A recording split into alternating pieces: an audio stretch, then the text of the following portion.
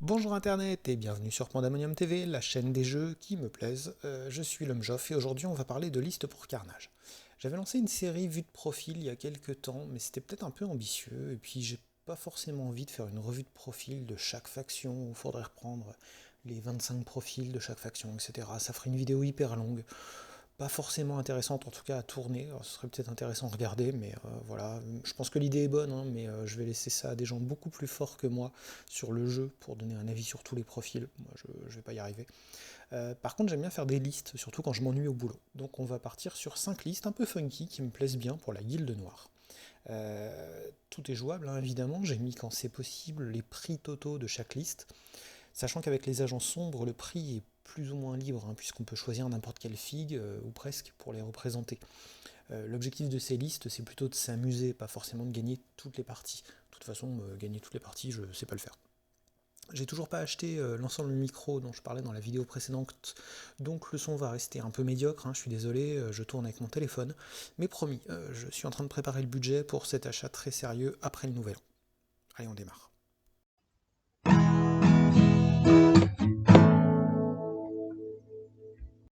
Alors, on va commencer cette revue des listes que j'aime bien avec ma liste que j'appelle Anonymous, qui prend le parti tout simplement de prendre que des figurines qui n'ont pas de nom, pas de figurines nommées, alors que la guilde en a plein. L'idée c'est de partir sur des figues que j'aime bien principalement, donc comme tu le vois, il y a un négociateur sans sa dague pour économiser 15 points, mais je lui file une canne à 0, parce qu'il n'a pas le droit à l'arc court, puisqu'il est niveau 2. À partir du niveau 2, on n'a pas le droit à l'arc court.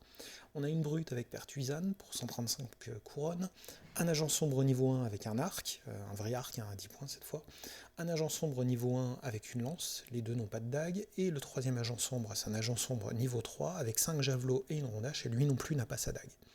Alors, le prix de la liste est un peu variable, hein, parce qu'il y a les 3 agents sombres qui peuvent être n'importe quelle figurine. Donc on va dire avec un starter, mettons le starter Karn parce que je trouve qu'il est assez adapté, plus la figue de la brute et celle du négociateur, on arrive à 130 €. Au total, ça nous fait 9 niveaux pour les 500 couronnes. C'est une liste que je vais recommander pour débuter pour plusieurs raisons.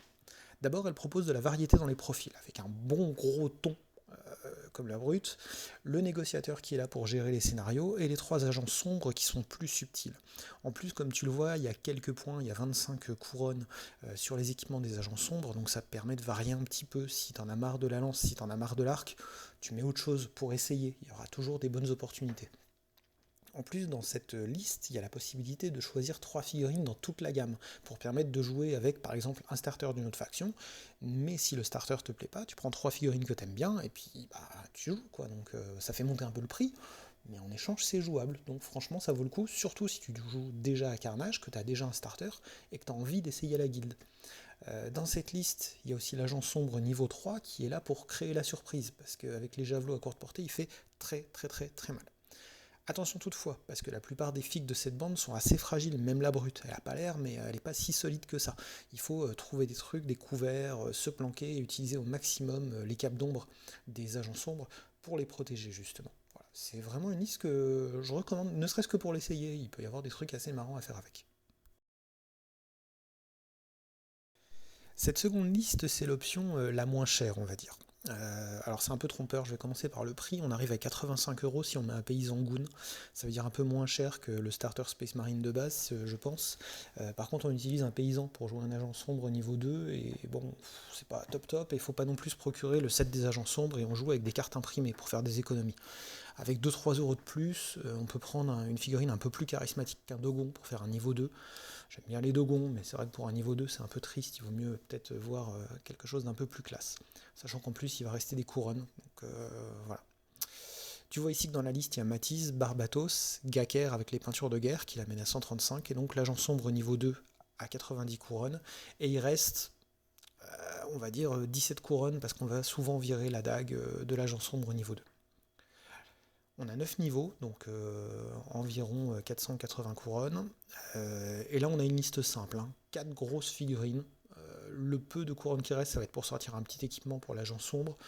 Probablement un truc un peu offensif, hein. Le mec est exécuteur quand même, sachant qu'il faut le mettre à couvert, encore une fois. C'est pas forcément une liste que je recommande pour démarrer, par contre.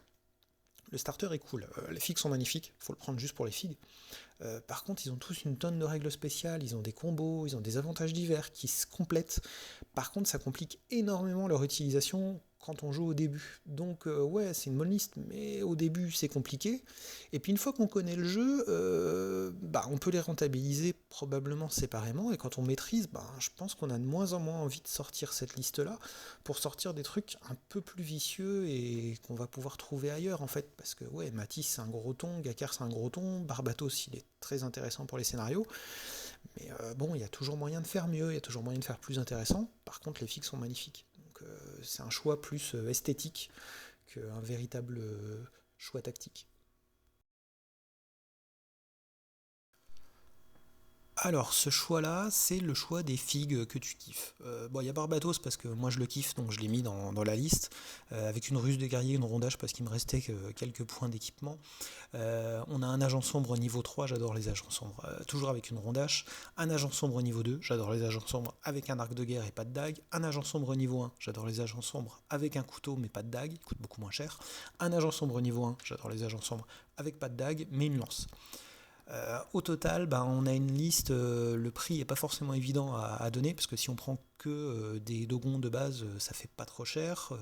Barbato c'est à 25 euros, les dogons sont à 16 euros, mais bon, encore une fois, sortir un dogon pour faire un agent sombre au niveau 3, c'est peut-être un peu dommage, il y a peut-être moyen de faire plus joli.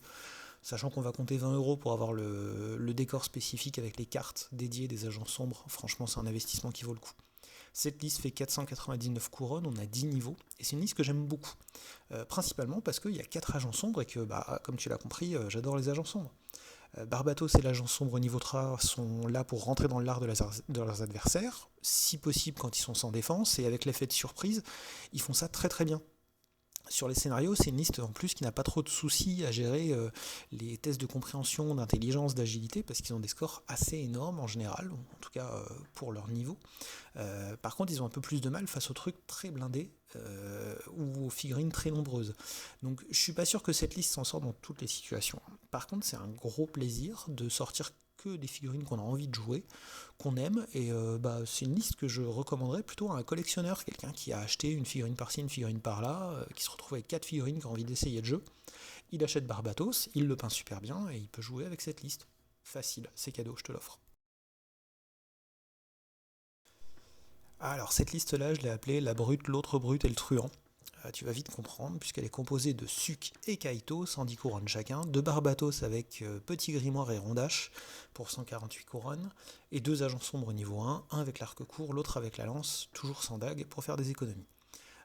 Au total, on en a pour 129 euros, si je dis pas de bêtises. On a 9 niveaux sur la table.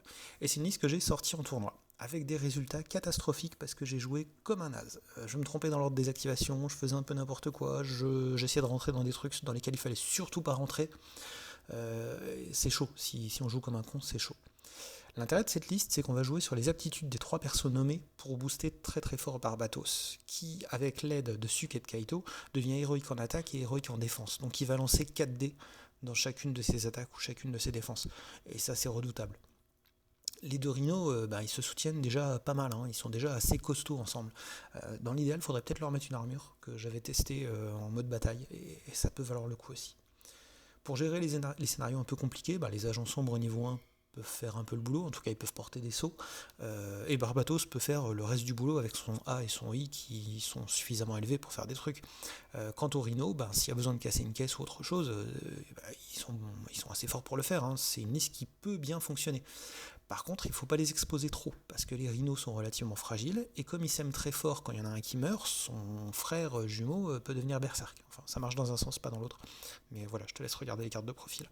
Donc c'est une liste qui est assez marrante à jouer, en faisant un peu attention à ce qu'on fait, et puis avec le petit grimoire de Barbatos, on a la possibilité de gérer les sorts d'ostéomancie qu'on veut jouer, et puis sortir un petit blessure arcanique ou une invulnérabilité pour emmerder l'adversaire, ça marche toujours bien dans ce jeu.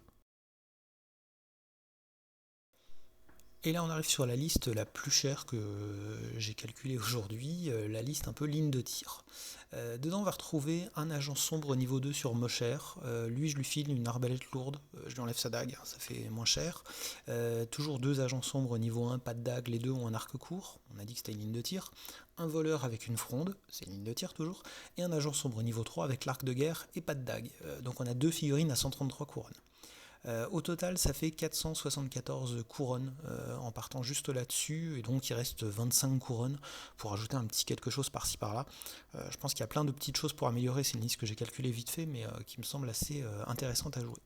On a 9 niveaux grâce au niveau du Mosher, c'est un Mosher niveau 1 que j'ai pris de base, mais peut-être qu'on pourrait le passer niveau 2, ça me semble un peu cher pour une liste guilde noire. Bon, pour le prix, on en a pour 146 €, parce qu'il faut un starter, le Mosher avec son vieux, le voleur, et puis il faudra trouver un arc quelque part pour faire un peu de conversion sur cet agent sombre niveau 2. On n'est pas obligé, mais c'est toujours mieux. L'idée de la liste, c'était de sortir un cavalier, parce que les cavaliers c'est cool. Je me suis demandé comment en caler un dans la liste guilde noire, et puis je trouve que celui-là est plutôt pas mal. Et donc je suis parti sur le Goon sur Mosher, parce que j'ai la figurine déjà, et puis j'ai bien aimé l'idée de me lâcher sur un mec qui aurait une arbalète lourde.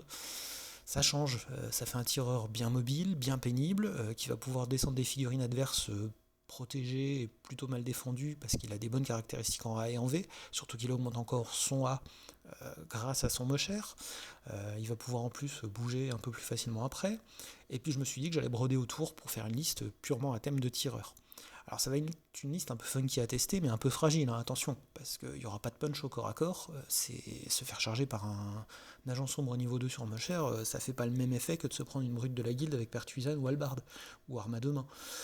Mais bon, dans cette liste, un peu planqués dans des décors, ils seront difficiles à toucher, très difficiles à déloger, et je pense qu'en combinant un peu les tirs et en jouant sur la surprise, on peut vraiment emmerder l'adversaire. Je pense d'ailleurs que sur les 25 couronnes qui restent, il va falloir acheter 2 ou 3 carquois, parce qu'il y en aura vite besoin. Dans cette liste en plus, on a un Mosher qui est extrêmement mobile et qui donne des points de vie supplémentaires à l'agent sombre au niveau 2, et le voleur est particulièrement mobile, donc je pense que ça va être une liste que je vais essayer prochainement, je te raconterai, tu verras. Ce sera peut-être tout pourri en fait.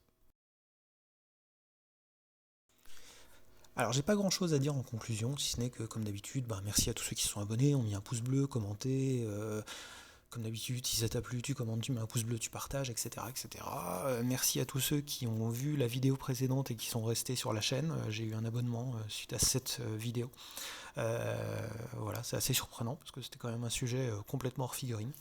Là c'était une vidéo que je voulais faire de description un peu de quelques listes, parce que j'aime bien faire des listes, je l'avais déjà fait pour Briscard, pour Alchemy, donc là je me suis dit c'est l'occasion de le faire à Carnage, et je recommencerai l'exercice, toujours sur Carnage, probablement avec les goons, parce que je les aime beaucoup les goons, il y a plein de trucs à faire en goon, et il y a plein d'idées à avoir, donc je partirai peut-être pareil sur le même modèle, 5 listes, et puis après on verra si je fais les affranchis, les autres factions, mais je suis un peu moins au point, donc on verra bien. D'ici là, porte-toi bien et puis viens jouer au club.